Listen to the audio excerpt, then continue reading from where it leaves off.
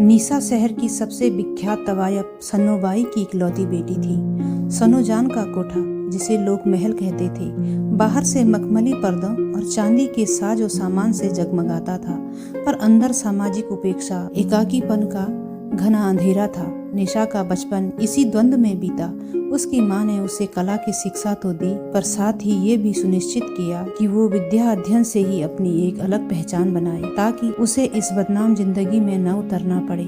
निशा का स्वभाव शांत, बुद्धि कुशाग्र और मन निर्मल था। दूसरी ओर आलोक नगर के सबसे प्रतिष्ठित और रूढ़िवादी शास्त्र कुल के विद्वान पुत्र थे। उनका परिवार पीढ़ियों से धार्मिक और सामाजिक मर्यादाओं का पालन करने के लिए जाना जाता था। आलोक स्वयं दर्शन शास्त्र के गहन अध्येता थे, पर उनका हृदय रूढ़ियों को तोड़ने की साहस रखता था। कॉलेज के गलियारों में निशा और आलोक की भेंट हुई। आलोक निशा की सादगी, उसकी बौद्धिक गहराई और उसके भीतर छिपी टीस से तुरंत प्रभावित हुए। निशा ने आलोक की विद्वता, उनके आदर्शवाद और उनके अटूट सम्मान को अपना सहारा माना। जल्दी ही ये मित्रता एक ऐसे प्रगाढ़ प्रेम में बदल गई जिसने दोनों के परिवारों और समाज को हिला दिया। जब आलोक के परिवार को इस प्रेम संबंध का पता चला तो आकाश टूट पड़ा। आलोक के पिता पंडित केशवनाथ ने अपने पुत्र को चेतावनी दी कि तू उस नीच कुल की लड़की से संबंध रखकर हमारे खानदान के सैकड़ों वर्षों के सम्मान को मिट्टी में मिला देगा। तुझे अपने कुल की प्रतिष्ठा और उस नर्तकी की बेटी में से एक को चुनना होगा। किंतु प्रेम के उन्माद में आलोक ने अपने प्रेम को ही अपना परम धर्म माना। उन्होंने परिवार के विरोध, पिता के क्रोध और समाज के तिरस्कार की परवाह नहीं की। निशा और आलोक ने कोर्ट में विवाह किया और फिर एक छोटे से आर्य समाज मंदिर में अग्नि को साक्षी मानकर पति पत्नी के पवित्र बंधन को स्वीकारा। निशा ने अपनी माँ के वैभवशाली महल, दास दासियों की सेवा और आलिशान जीवन को एक पल में त्याग दिया। आलोक के लिए उसने शहर के एक बाहरी हिस्से में स्थित किराए के 2 कमरों के मकान को अपना स्वर्ग बना लिया। उसके हृदय में एक आदर्श कुल वधू बनने की तीव्र ललक थी और वो जानती थी कि उसे यह सम्मान केवल अपने त्याग और समर्पण से ही अर्जित करना होगा। निशा ने अपनी सारी ऊर्जा आलोक की सेवा और घर के काम में लगा दी। वो सुबह तड़के उठती, घर की सफाई करती और खुद ही दोनों समय का भोजन बनाती। उसे ये सब करने में तनिक भी कष्ट नहीं होता था, बल्कि एक आत्मिक संतोष मिलता था। जब आलोक भोजन करती तो वो प्रेम से उन्हें पंखा झलती रहती। आलोक के भोजन कर चुकने के बाद उसकी जूठी थाली में भोजन करने में उसे एक परम पवित्रता और अपने समर्पण की स्वीकृति का अनुभव होता था। सन्नोजान ने कई बार संदेशें भेजी, धन का लालच दिया, पर निशा ने दृढ़ता से इनकार कर दिया। वो अपनी माँ के जीवन को असत्य मानती थी और इस सादे कष्ट भरे जीवन को सत्य।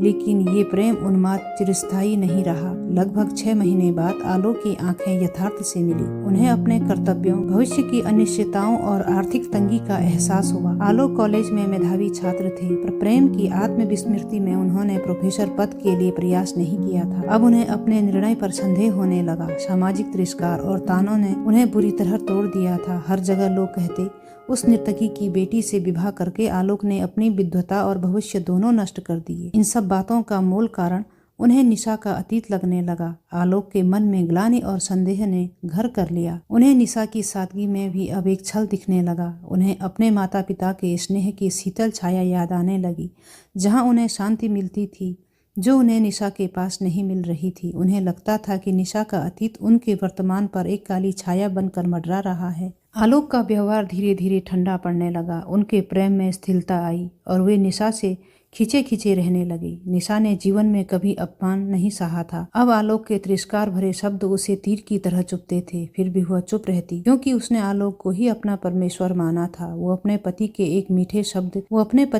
मीठे शब्द पर सारे अपमान को भूलने को तैयार रहती थी। उधर आलोक के पिता पंडित केशवनाथ का हृदय भी पुत्र के लिए व्याकुल हो उठा। उन्होंने समाज की परवाह न करते हुए स्वयं पुत्र को मनाने जाने का निश्चय किया। उन्होंने बाजार से अपनी बहू के लिए प्रेम के प्रतीक स्वरूप एक जोड़ी चांदी के कंगन खरीदे। जब वे आलोक के घर की ओर चले तो रास्ते में उन्हें आलोक मिल गए। आलोक ने पिता के पैर छू लिए। पिता पुत्र की आंखों से पश्चाताप के आंसू बह निकले और आलोक बिना किसी आपत्ति के घर वापस जाने को तैयार हो गया। उस रात आलोक बहुत देर से लौटे। निशा उनकी प्रतीक्षा में भूखी प्यासी सो गई थी। सुबह उठकर आलोक ने निशा को पिता से हुई मुलाकात और घर के लोगों के स्नेह के बारे में बताया। निशा प्रसन्न हुई, किंतु उसे ये पूछने का साहस नहीं हुआ कि क्या उसे भी उस घर में प्रवेश मिल पाएगा। आलोक की दिनचर्या अब पूरी तरह बदल गई थी। वो सुबह से देर दोपहर तक अपने माता पिता के पास रहने लगा, जहाँ उन्हें खोई हुई शांति और सामाजिक स्वीकार्यता मिल रही थी। वो केवल भोजन के समय ही घर आते। विवाह की वर्षगांठ पर निशा ने घर को सजाया और आलोक की प्रतीक्षा करने लगी। आलोक जब जाने लगे तो निशा ने संकोच से वर्षगांठ की याद दिलाई। आलोक ने उपेक्षा से कहा, हाँ होगी, और निकल गई। दोपहर में आलोक नहीं लौटे। चिंतित निशा अपने सारे संकोच को त्याग कर उन्हें ढूंढने के लिए एक मित्र के घर पहुंची। वहां उसने देखा कि आलोक मित्रों के साथ हंस हंस कर बातें कर रहे थे और उन्होंने निशा की उपेक्षा कर दी। आलोक को निशा का इस तरह आना अपनी प्रतिष्ठा के विरुद्ध लगा। घर लौटकर उन्होंने क्रोध में निशा को खूब खरी खोटी सुनाई। उन्होंने यहाँ तक कह डाला, तुम अपने परिवार की चाल क्यों छोड़ोगी? तुम वही करोगी जो तुम्हारी माँ करती आई है। मुझे इस बंधन से मुक्त कर दो। निशा स्तब्ध रह गई। उसका आत्मसम्मान, जो अब तक प्रेम के लिए मौन था, इस अंतिम बार से टूट गया। उसने विनम्रता से क्षमा मांगी, पर आलोक शांत नहीं हुए।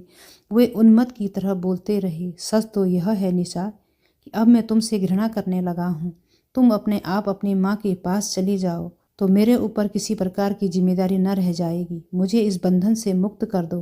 निशा ने अपनी सारी पीड़ा और प्रेम को समेटकर हिचकियों के साथ कहा, आलोक, आप बंधन से मुक्त होना चाहते हैं तो मैं कर दूंगी। शाम को देर रात जब आलोक घर लौटे तो उन्होंने देखा कि निशा शांत पड़ी थी। उसने अपने जीवन का अंतिम मुक्ति का मूल्य चुका दिया था। उसकी आंखें शायद एक बार आलोक को देख लेने की प्रतीक्षा में खुली थी और उनके आते ही एक गहरी हिचकी के साथ वह उस बंधन से सदा के लिए मुक्त हो गई। आज आलोक उस क्षणिक क्रोध और सामाजिक भय के कारण हुए पश्चाताप की अग्नि में जलती हुई निशा के अंतिम पत्र और चित्र वाली नन्ही पोटली को हृदय से लगाए नगर के सुनसान स्थानों में भटकते रहते हैं। उन्हें न शांति मिलती है और न कोई संतोष।